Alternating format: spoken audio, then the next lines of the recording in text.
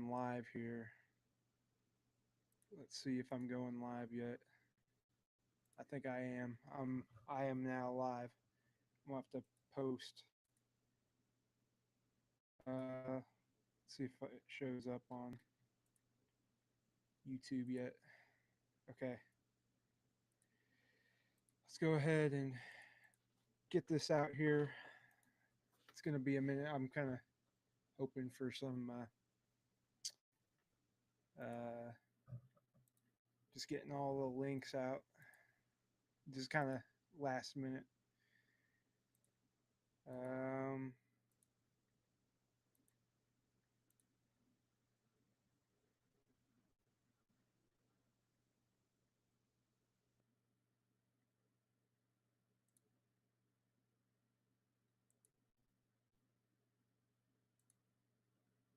let's see.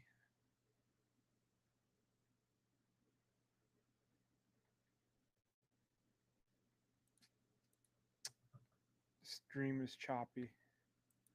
Let's see if it looks bad on my phone too. It's getting some technical difficulties taken care of. I'm not a car girl. State of the Buccaneers.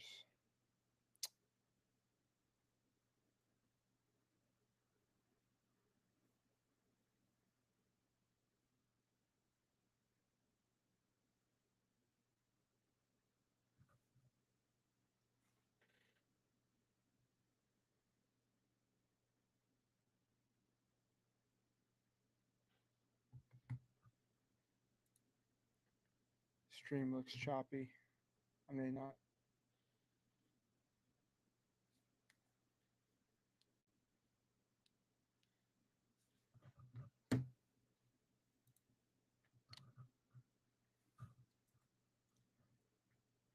Actual recording is higher quality.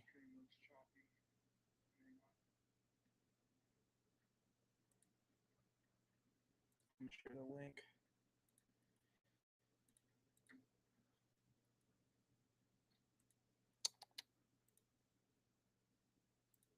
Actual recording is higher quality.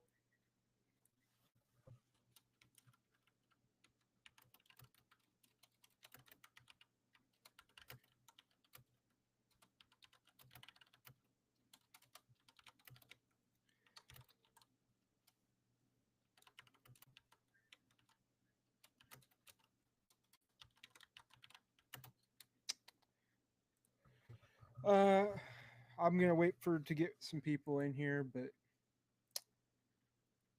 um,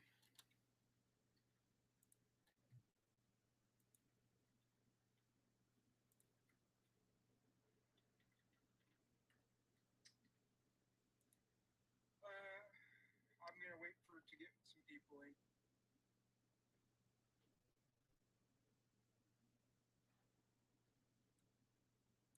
Let's see, stay.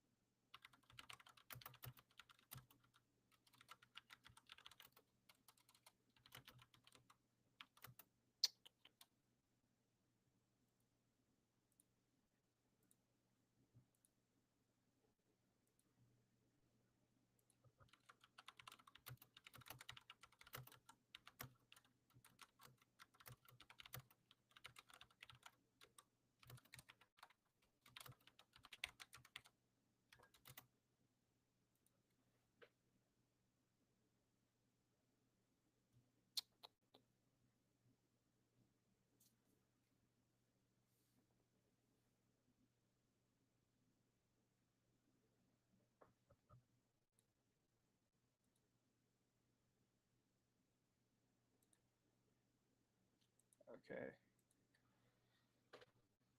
Let's go. retweet all this.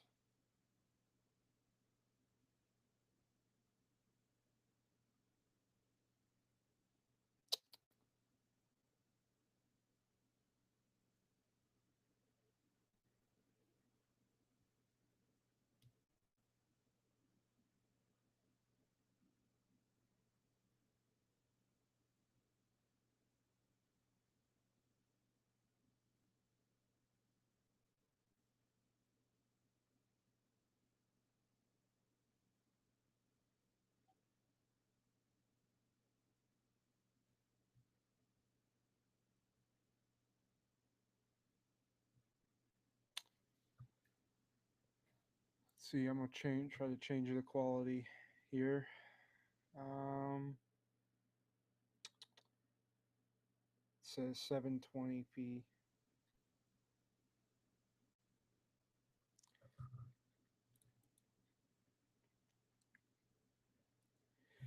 Well, I think there's someone else in here now. Um, but yeah, I've decided to go live tonight to discuss all things ETSU football after the shocking news of Tre Lamb's departure. Um, yeah, there's a lot of I have a lot of feelings. I was shocked when I got that news. Um, it just dropped out of nowhere. Pete Thamel leaked it. He's been leaking all of the coaching news so far. I hope some of you just get anybody in here. I'm gonna try to get some more people in. Let's see. Let's go to Facebook. See if anyone wants to come in from there. Um, just share some links. But I was completely blindsided by the news. To be completely honest, uh, it was just gonna be kind of a emergency podcast, quick cast, giving my thoughts about the Tre Lamb hire or Tre Lamb departure rather. Um, it's been um, a rough 24 hours to be a Buck fan, to say the least. Um, there has been uh, a lot of news, or not a lot of news, but just uh, anger from Buccaneer fans, including from myself. Um, just shocked the Tre Lamb era came to the end like that. Um, my podcast episode uh, last week, I thought we were pretty safe. Kennesaw made their hire. Charlotte, it was looking like they were going to go a different direction. Um, but ended up Tulsa. The Tulsa Golden Hurricane hired Tre Lamb away at the ninth hour. Um,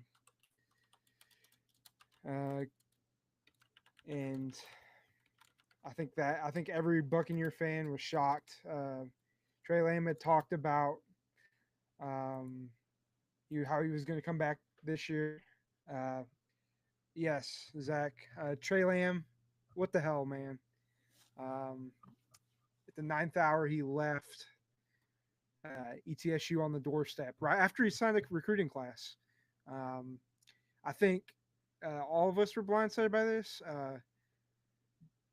ETSU's athletic director, he was on the coaches show earlier tonight and had discussed that Tre Lamb had told him that he was going to come back.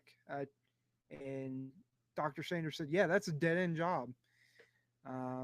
He didn't talk to the team either before he left. So it's just an all around messy situation. I get leaving for an FBS job, higher paying job. I know Tulsa has tons of money for a G5 school, G6. as it's called now. Um, but we got to move on from here. Um, just a feeling of incompleteness um, after that season. We went 7-5 on the year. I thought we were making progress. I thought Tre Lamb was going to make progress. Um, but I guess we're starting over. After the George Quarles mess, now we have another mess for a coach leaving after 1 year. Typically, coaches don't leave after 1 year, even at FCS level, going to FBS, getting a better job, um, and 7-5 coach at that. Um, down the stretch of last year, he fumbled a lot of games with his poor coaching choices. He was a good coach, good raw coach. He had a lot of foundation, a lot of spark in him, but uh, just coming off, just coming, building up that team, talking about how he was here for the future, and he goes. Like 2 days later, putting quotes out there about the signing class, and it'd be one thing if he had said, "I don't know if I'll be here next year. I don't know what the future holds here at ETSU." But I, like he basically had said that he was going to come back, um, and he was had a foundation here. I don't know where ETSU turns from here. Um, there's a lot of coaching options out there. Doc Sanders said they've already had a lot of coaching interest again. I have an early list of names I'd like to go through. Um, I'm going to go through some of them in a future episode. I'm going to try to get a guest on. Tonight, I'm just going to kind of give my quick reactions um, to the firing. Um, but Tulsa, I fully believe, I think um, their first few candidates turned them down. Um, and then they came out hard after Tre Lamb. Uh, Tulsa, apparently they didn't do a lot of stuff from the communication side that schools do when they hire a coach away, which is shocking. Um, a lot of, for example, Purdue just hired Barry Odom. It seems like they had a very smooth transition. This is not smooth at all. Um, yeah, just a lot of discrepancies between uh, lack of communication is what I call it. Um, Tulsa, they come after Tre Lamb, which makes no sense, by the way. They just fired Kevin Wilson after 2 years, and they're going to hire a young coach from the FCS level who didn't make the playoffs, mind you, lost to a 2-9 Furman team, and had some turmoil. I know we had a good offense last year. I know we turned it around, but we had talent on the roster the last 2 years.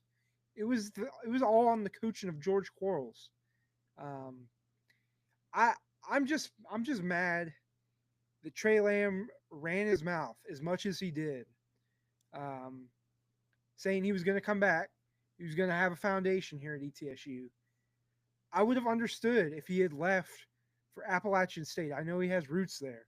I would have understood if he left for Charlotte. He has roots in North Carolina. He was at Gardner Webb just a couple hours outside of Charlotte. In fact, I drove by Gardner Webb on my way to Charlotte last time just because of the weird road situations. But um, there was a lot of there was no precedent for him going to Oklahoma. He has no roots out there in Texas and Oklahoma. I know his OC is from Louisiana, so maybe that got him inroads there, but it makes no sense.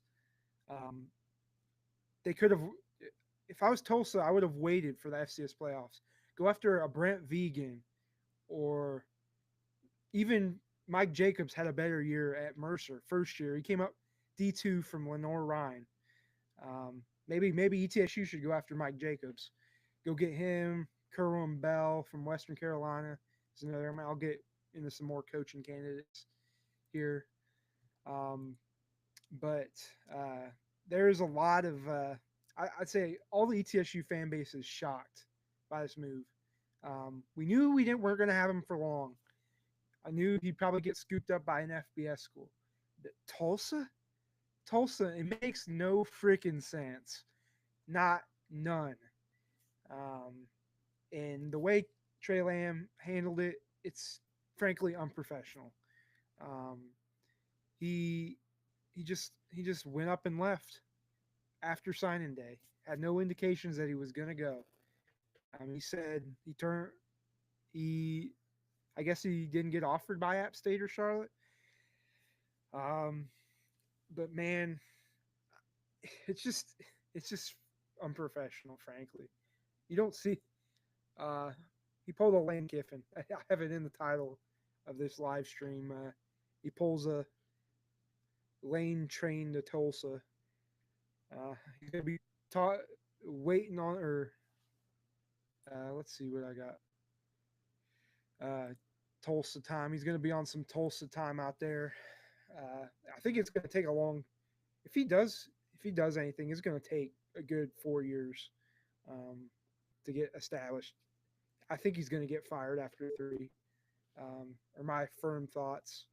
I don't even know if he'll make it to 3 years. They've just fired Kevin Wilson after 2. And the previous guy they gave a long leeway to, Philip Montgomery, and it makes also another thing. It makes sense. You get Todd Graham hired. He previously coached at Tulsa, and he's a butthead. I think Tre Lamb's a two-faced son of a gun. As you can see in my thumbnail, I feel sorry for any if there's any coaches out there. I know Coach Savage may listen. Any players, I I have no chill, man. You just have to know me. I have no chill. When you backstab me, I was this way with Jeff Brom when he left Purdue. I wasn't like this when Forbes left. I respected Forbes. He handled that pretty professionally. Going to Wake Forest. I mean, we had the COVID year. Your basket or athletics was pretty much shut down at the time. So we had a lot of time to negotiate, and you just had all kinds of players moving all over the place. So he gave us a good year that was ended short, but Tre Lamb did not give that to us. We had the only thing we had was the win over Western. That's literally the only thing we had this year. Every other game we were just that close to winning, just that close. And some of his coaching decisions, we could have won those games if we kept Jalen King in. I feel like we beat Furman. Just play one QB. We don't need 2 QBs. The 2 QB system never works unless you're have some elite athlete like Taysom Hill that just can play 3 or 4 positions, and he's coming in for a play or 2 here and there.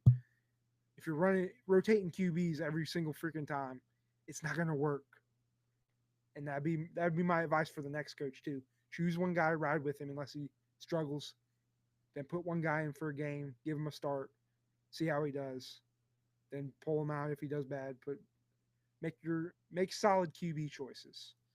I know my stream's probably glitching out, and I'll get into more of this. I don't know if is there people still listening? We got 7 people on here right now. Please comment. Please comment.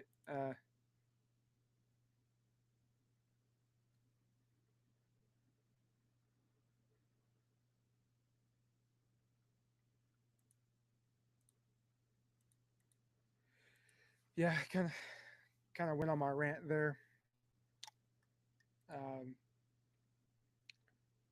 But just a terrible all around move for Tre Lamb. I get chasing the bag. I know Tulsa is a rich university. They got all that oil money out there, but they haven't been relevant. Who knows how many years? Um, I just think they are in the middle of nowhere. I don't know why a Southern boy would go all the way out to Tulsa just to get just to play mediocre football. Makes no sense to me. Tulsa's never going to win a championship. There's no springboard to an App State, to a Coastal Carolina, somewhere like that. There's no springboard there. You're just stuck out in Tulsa. I it's just head scratching higher for me, to be completely honest. Um, but I digress. Richard Sanders got us.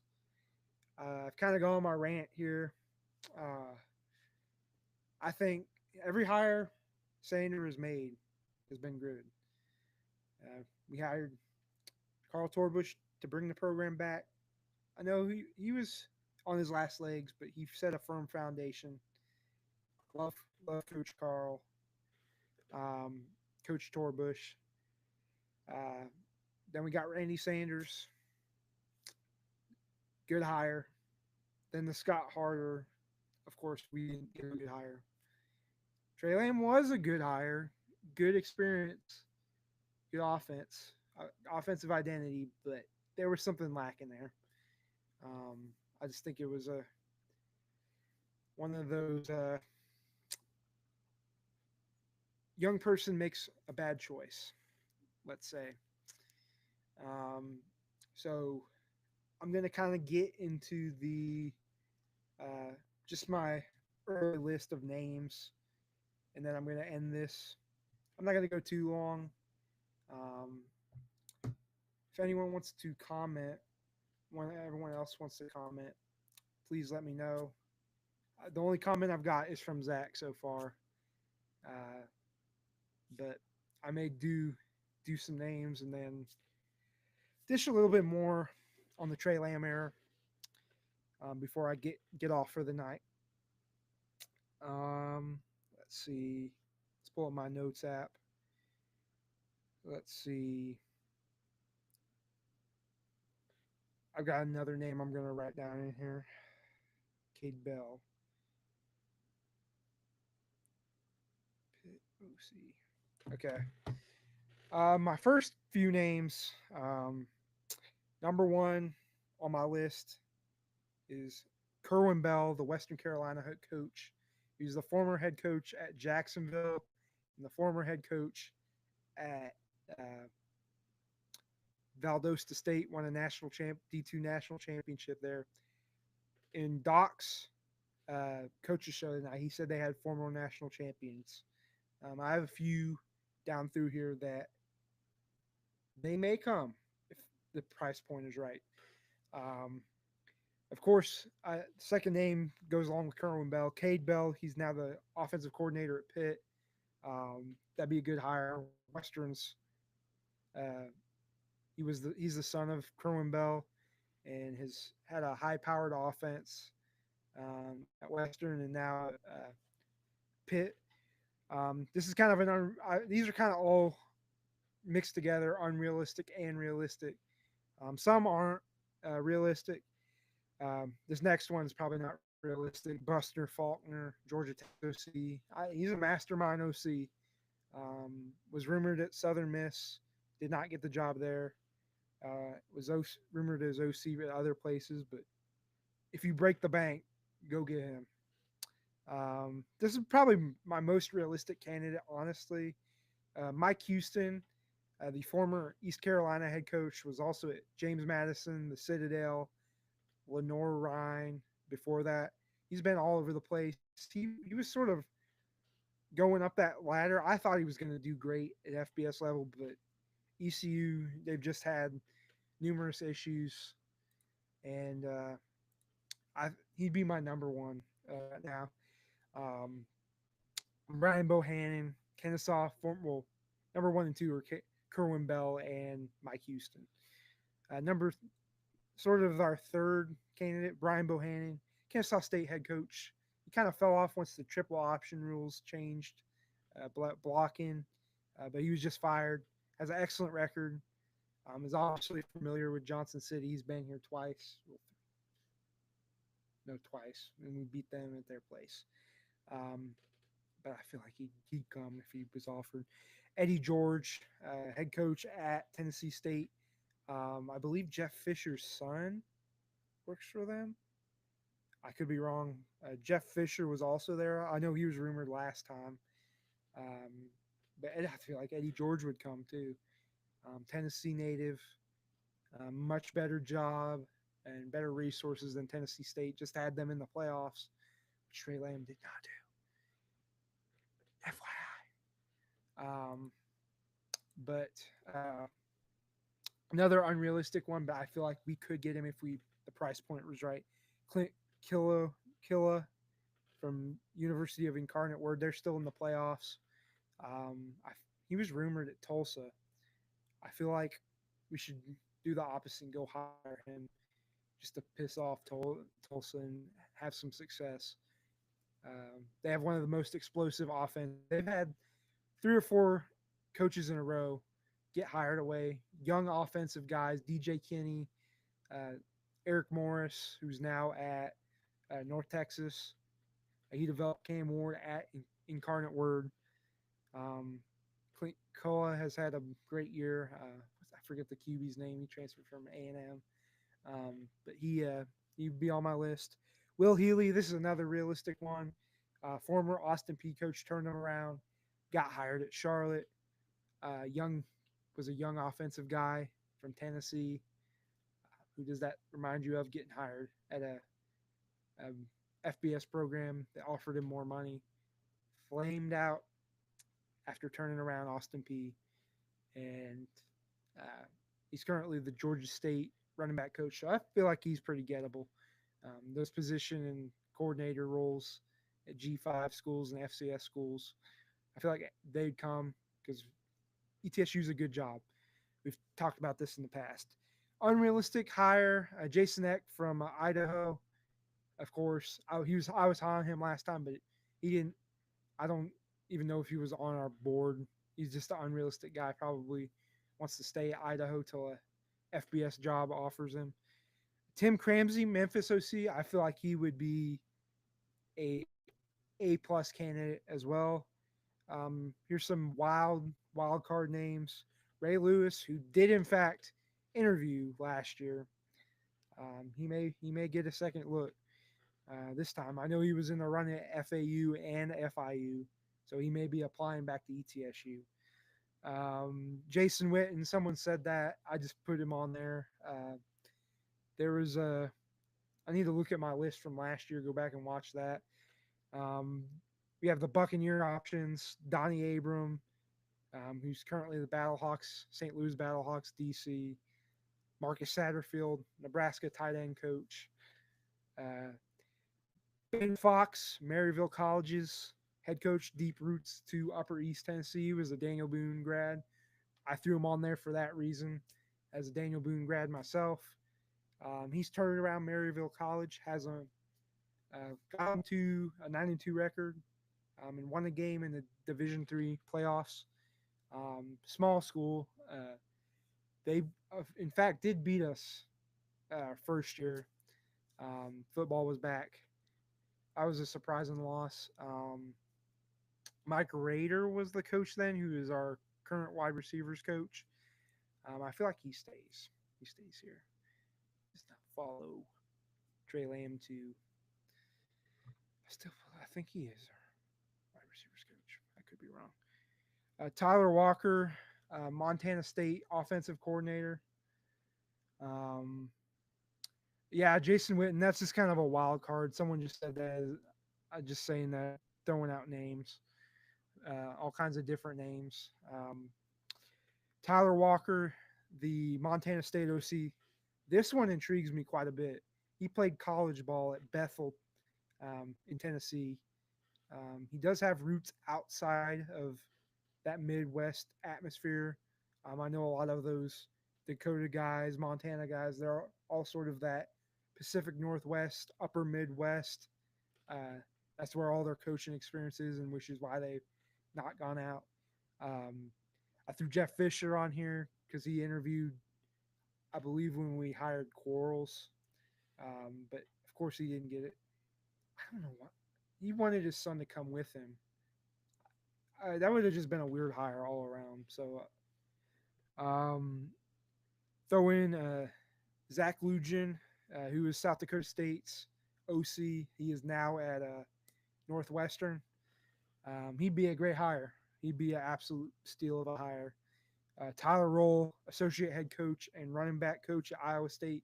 He interviewed here last time. Maybe offer him a big contract and get him to come down after Iowa State was one game away from the playoffs, FBS playoffs.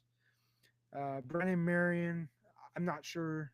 I think he's torn between Purdue offensive coordinator and UNLV head coach. I'm not sure what's going to happen there. That's kind of a wild name. Running gun offense, or the go-go offense, not running gun. That's a different type. Bobby Wilder, Tennessee Tech head coach. He got hired at Tennessee Tech after Tre Lamb didn't end up going to Tennessee Tech. Tennessee Tech grad. Bobby Wilder used to be at Old Dominion. That'd be a plus hire in my opinion. Got fired at Old Dominion for absolute BS reasons. But yeah, just throwing out some names here. Jerome McDowell, the Southeast Missouri OC. He'd be good hire. They had an explosive offense. Ended up losing in the first round of the playoffs, but either get him or Southeastern, get any of those OVC coaches. Just go out there, OVC or Big South coaches, go just raid that league. Sean Clark from Appalachian State, he just got fired. He has connections to the region, so maybe go get him on the rebound. Maybe he was impressed when he went over there this time. We have a Joe Osavit. I guess he was one of the. Someone told me to put him on the list. Believe he was the innovator of the RPO. He's a high school coach somewhere, but I wouldn't be. I don't really know much about him. Joe Scelfo, if we go the promotion route, I doubt we're going to go that way. He was our OC. He's probably following Tre Lamb to Tulsa. Had John Grass, former Jacksonville State coach, lots of success there. He beat us in the playoffs 2018. He's currently an analyst at Clemson. He'd be a good hire. Zach Kennesaw, the coach there. He's a good leader, but he's going to have to innovate his offense here. We can remember we're not going to run the triple option. It's just not viable in today's game unless you have like a RPO type offense, like sort of what they're have run at UNLV or what Jamie Chadwell's running. That's really the only way you can run an option like offense. I mean, they do it at Army, but in the academies, but even they have started to pass more year after year. What's his name? The QB at Army. He passed quite a bit. He was a good passer. That's why they were so good this year. Just not. I'm just opposed to hiring any high school guys unless they've have former college experience as like a head coach or something, or OC or something like that. Unless they have like an innovative offense, I don't think they're going to come here. I also wrote down Tim Banks as Tennessee defensive coordinator. That'd be a steal of a hire. I wrote down Austin Henrick, former ETSU legend. I think he's at Arizona currently. I may be wrong. Let me look up Austin Henrik real quick. Let's see. He's currently at Washington. He was at Arizona. Um, I feel like he at some point he's going to come back to ETSU in his career. There's a let me see. I know for those ETSU uh, family candidates, there was a guy, the one wide receivers coach in the NFL. Let's see. Let's go find. I'm gonna go rate ETSU's Wikipedia page. Let's see notable Bucs. We have. It's not Tony Taylor. Let's see who was it. Chris Beatty. I know he interviewed last time. He's currently the interim offensive coordinator with the Bears. That's not a very fun job to have right now. He'll probably be looking for a new job after this season, but he's been around in the NFL for quite a few years. In college, been all kinds of top jobs. He's a former ETSU player. He'd be a good hire. But Chris Beatty, he'll definitely probably be on the interview list. Another one, Jason Simpson from UT Martin. I've heard he's kind of some care. He's kind of like a Jason Brown type from the community college, but he has had success at UT Martin. Gets them in the playoffs every year. That'd be a good hire. Um, Trying to think of more outside the box hires. Last list I just wrote down like NFL players to be down to coach. Jeff Saturday, that was a funny one as a Colts fan. Peyton Manning. Um, Let me think of some more recently fired coaches. Is there anyone? Let's see. Go hire. I'm not sure who else would be hired, but that's sort of my list for now. My top three, of course, are um, Kerwin Bell, Mike Houston, and I put I put Eddie George up there. I'd say those are my top three for the moment. Um, just from a influential standpoint, we'll put Brian Bohannon above Eddie George. I think he's had more success than Eddie George, but Eddie George would be a solid fourth candidate.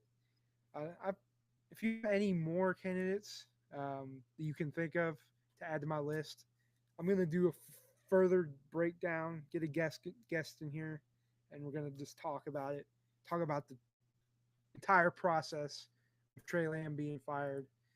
Um, let's see. Um, yeah, just just discussing all these candidates. I didn't think we'd be doing this again a year down the road. Um, Coaching searches take a lot out of you as a fan. I just went through one with Purdue. Went through one with ETSU last offseason. Then that previous offseason, we had uh, ETSU basketball coach and Purdue football coach. I had to go through. It seems like it's been nonstop coaching searches here at ETSU and just all around for the last four or 5 years. Hopefully, we get a stable guy that stays here 2 or 3 years. We're sort of turning into, but that's the model. Turn into Arkansas State or someone like that. Um, but yeah, I I did not expect to be back here. Um, I'm just not very happy with Tre Lamb, to be completely honest. Oh yeah, and he never responded back to getting on this podcast. So Coach Savage did. Shout out Coach Savage. You're a real one. Tre Lamb, you are not. And I wish you, hope you have fun at Tulsa. That's all I got to say about that. Um, hope you have fun out in Tornado Alley. uh, yeah. So I think that's about all I have for tonight. Um, if you all have any, those of you that have tuned in, I think that's about all I have for tonight. Just wanted to do like a quick reaction podcast, um, and hopefully we have a hire here. Doc Sanders says we're gonna have a quick hiring process, and um, go Bucs. Godspeed, go Bucs. I think we'll get a better man, better candidate this time around, uh, and not have a bunch of this BS of will he, won't he. Um, but I appreciate y'all for tuning in, all 8 of you. Um, Godspeed, go Bucs, and good night.